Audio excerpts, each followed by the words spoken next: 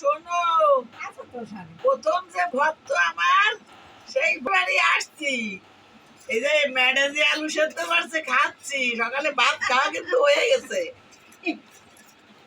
নাম শুনু, কৃষ্ণ দাসের বউ শুনু দাস, মেডিকেলে রিটার্ন পেশেন্ট। এখন সে আমার রান্না করে খাওয়ায়, আর মেয়ে ছিল ছোট্ট, সে এখন কি করে জানো, সিভিল ইঞ্জিনিয়ারিং করে। আয় আয় আয়, জলদি আয়, জলদি আয় সোনা দাদা, জলদি আয় সোনা দাদা, জলদি আয়। কাপড় হচ্ছে এখন ভালো লাগে। নিকিতা জলদি আয়, এই দেখো আমার সেই দিদি ভাই, ছোট্ট ছিল, মানে মানে হারাই যেত। আমার দিদি ভাই বড় হয়ে গেছে, এখন সিভিল ইঞ্জিনিয়ারিং করে। সেই ছোট্ট দিদি ভাই, ওর মা বেড পেশেন্ট ছিল একদম, আর এইটুকু লড়তো না। আর তারপরে ভালো হওয়ার পরে এখনো তারা রিশতেদার ছাড়ে নাই, বাবার ভক্ত।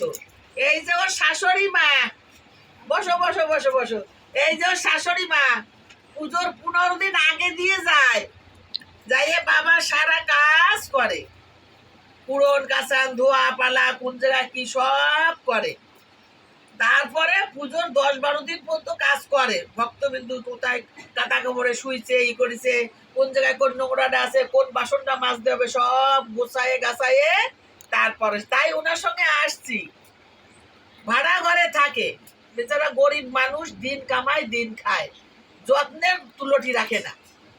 সকাল দিয়ে এইটুকের সময়ের ভিতরে রান্না বান্না করে খাওয়ানো দাওয়ানো, উপরে ওই দেখেন আমার টিফিন গোছায় রাখছে, ঘুরে দেখা টিফিনটার একটু, ওই যে টিফিন গোছায় রাখছে। আবার আমি জমিতে যাব, আর এক ভক্ত জমি দান করেছে মন্দির বানানোর জন্য, পাশে একটু জায়গা আছে, সেই জায়গায় সুপারি গাছ লাগাবো। 300 চারা নিয়ে আসছি, বোর্ডারতে 300 চারা নিয়ে আসছি, সেই চারা লাগাতে হবে, কারণ বাবার মন্দির বানালে আমাদের তো রোজগার না করলে মন্দির চালাবো কি দিয়ে। তাই আর এই যে সেই শুনু দাস, আঙ্গুল টুক নড়তো না, কঙ্কাল বডি ছিল, এতটুকু হাত ঢুকে যত ড্রেসিং করতাম, অনেক কান্না করতো, আমি বাঁচবো না। একটাই কথা বলতাম, বাবা লোকনাথ জাগ্রত, তুই বাঁচবি, তোর মেয়ে মানুষ করবি। আজকে সেই মেয়ে সিভিল ইঞ্জিনিয়ারিং করে। আমি কইতে পারি না বাবা, ভুল টুলি ক্ষমা টমা করে দিও, যেরকম পারি সেরকম কই। কান্দিস কেন, ভালো তো হয়েছিস। তাই ওর স্বামী পুজোর আগে যায়, পুজো শেষ করে কাজ গোছাই দিয়ে আবার আসে। আমি আসলে আমি এইখানেই আসি, কেন যত্নে তুলটি রাখে না। ভালো ভালো বড় বড় বাড়ি আছে, সেখানে মন বোঝে না। তাই এই ভক্তের কাছে চলে আসি, সবাই মিলে আশীর্বাদ করেন, আমার এই ভক্ত যেন আরো আগে ভালো হয়ে যায়, আর এর মেয়ে যেন ভালো করে লেখাপড়া তো শিখে আসছে, সিভিল ইঞ্জিনিয়ারিং করছে, যেন চাকরি পেয়ে যায়।